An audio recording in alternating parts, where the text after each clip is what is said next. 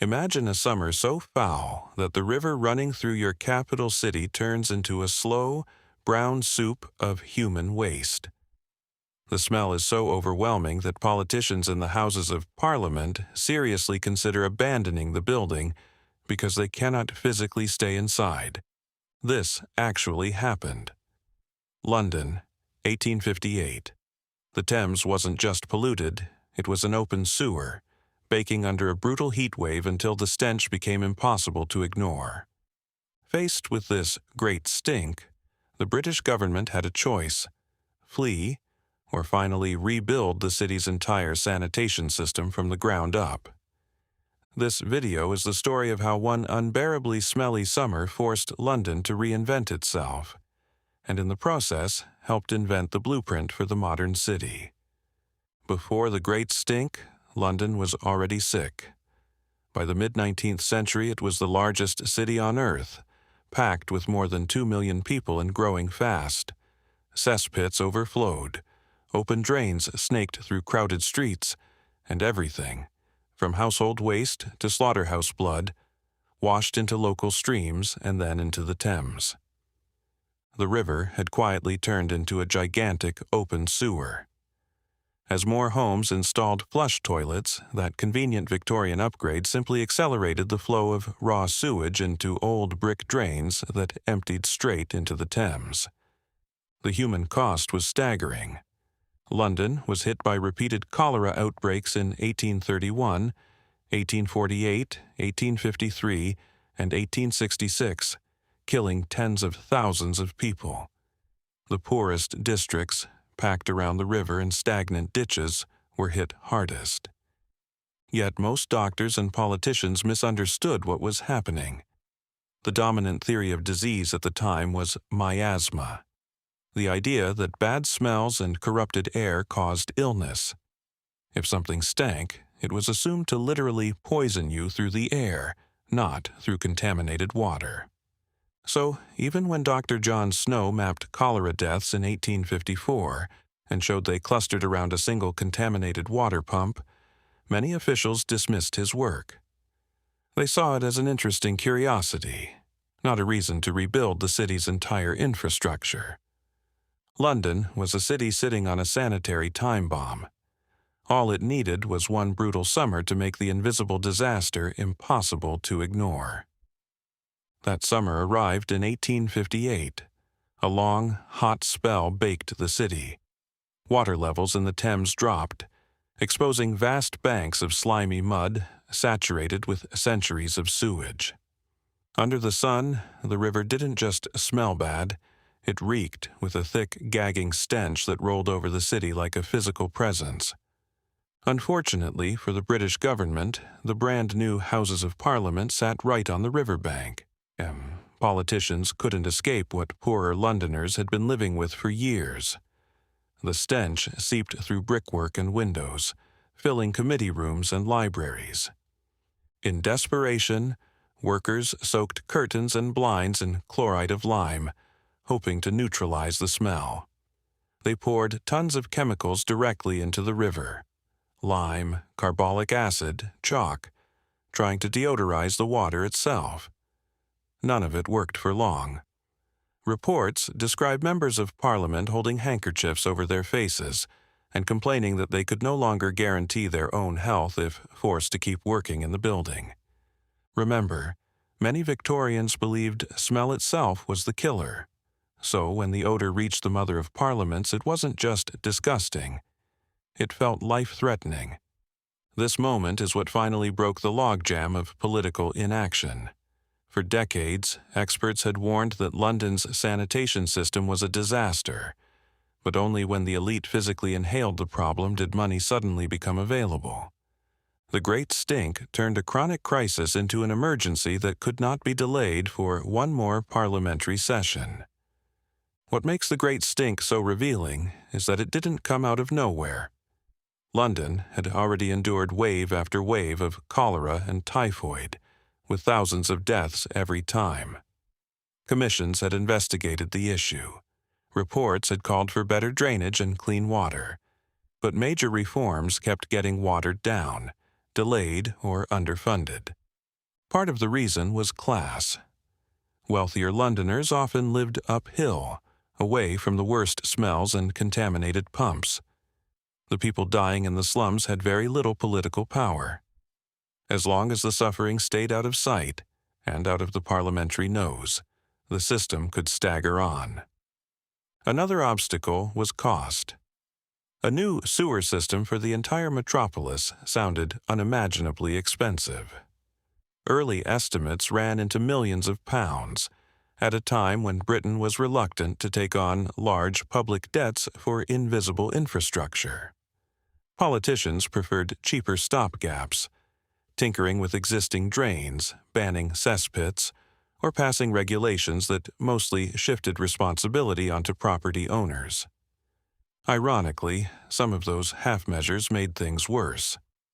An 1848 law that pushed households to connect their waste to sewers meant even more sewage went directly into the Thames instead of being contained in cesspits. In trying to modernize sanitation on the cheap, the city turned its main river into an open conduit for disease. So, when the heat wave of 1858 struck, it wasn't a random disaster. It was the delayed bill for decades of political procrastination. The great stink is what happens when a city treats essential infrastructure as something that can always be fixed later. Enter Joseph Bazalgette. A relatively unknown civil engineer, he had become chief engineer of the Metropolitan Board of Works, the body tasked with improving London's infrastructure.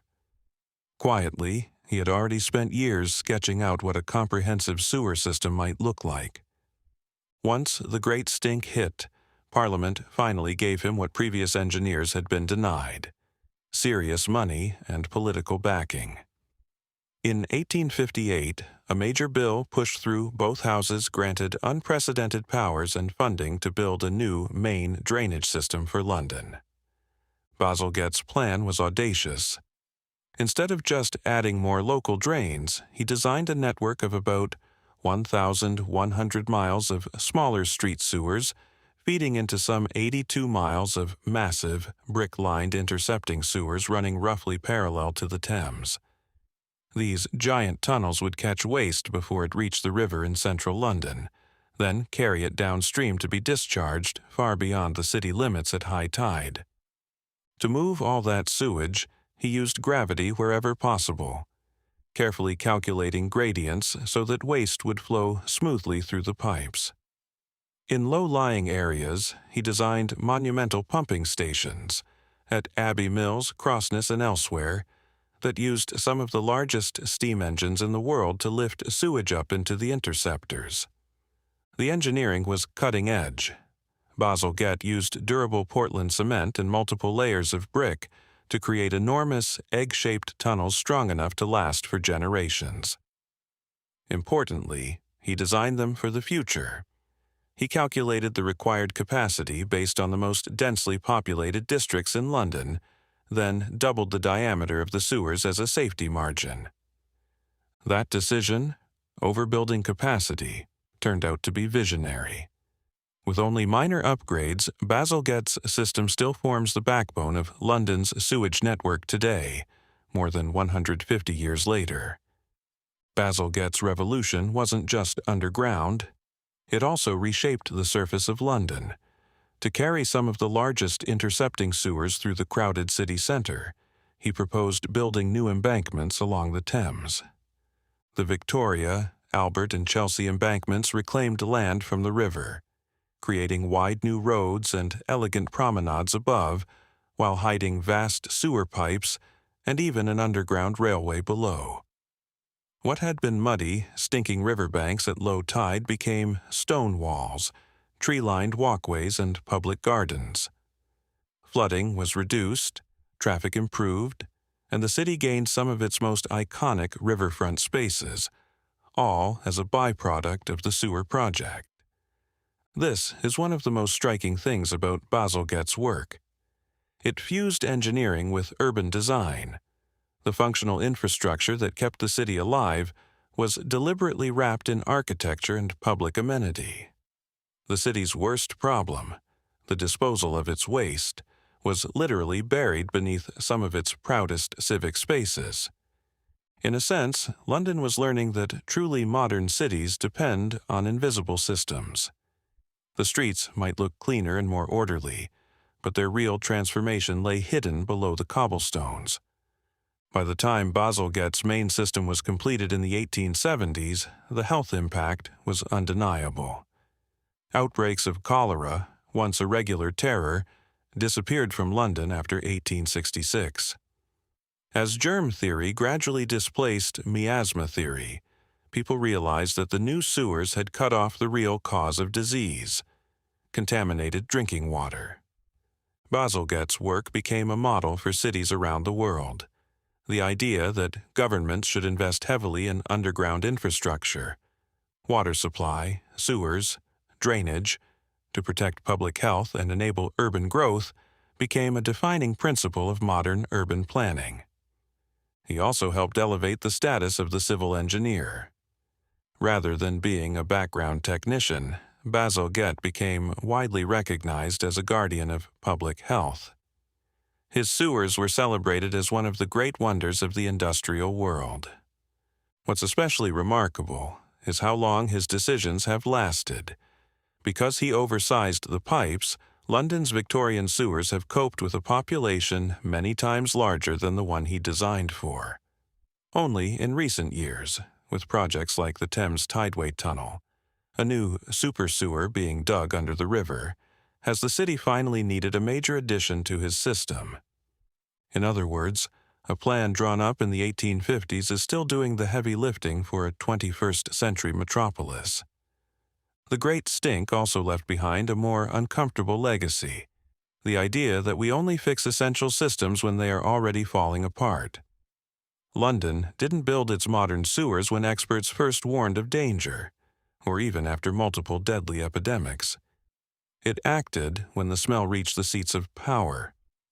You can see echoes of this pattern today. Cities often delay investing in flood defenses until after catastrophic storms. Governments underfund public health until a pandemic hits. We treat climate-resilient infrastructure, power grids, and even digital systems as costs to be minimized, until failure makes them impossible to ignore. The story of the Great Stink is a reminder that the most vital parts of a civilization are often the ones we cannot see: sewers, pipes, reservoirs, data cables, climate defenses. When they work, we forget they exist. When they fail, everything else, politics, commerce, daily life, suddenly stops. Bazalgette's sewers show what can happen when a city finally takes those hidden systems seriously. Life expectancy rises, disease retreats, and the surface of the city becomes freer to grow, experiment, and flourish. But they also warn us about the cost of waiting for a crisis before we act. So, what do we take away from that unbearable summer of 1858? On one level, it's a darkly comic story about a government literally run out of its own building by the smell of sewage. But on a deeper level, it's the moment when a city finally admitted that its invisible systems mattered as much as its monuments. Modern urban planning, clean water, buried sewers, hidden power lines, carefully managed rivers, was shaped by this realization. Joseph Bazalgette didn't just clean up the Thames. He helped redefine what it means to build a livable city. As we face our own invisible crises, aging infrastructure, climate change, fragile digital networks, the question is whether we've learned from the Great Stink. Do we really need our own version of that choking summer before we act? Or can we invest in the systems we can't see before they fail? If you found this story of Victorian disaster and engineering genius interesting, let me know in the comments what other hidden pieces of city life you'd like to explore. And if you're watching this from a modern metropolis, maybe spare a thought for the tunnels under your feet. Because somewhere down there, Bazalgette's legacy is still quietly at work.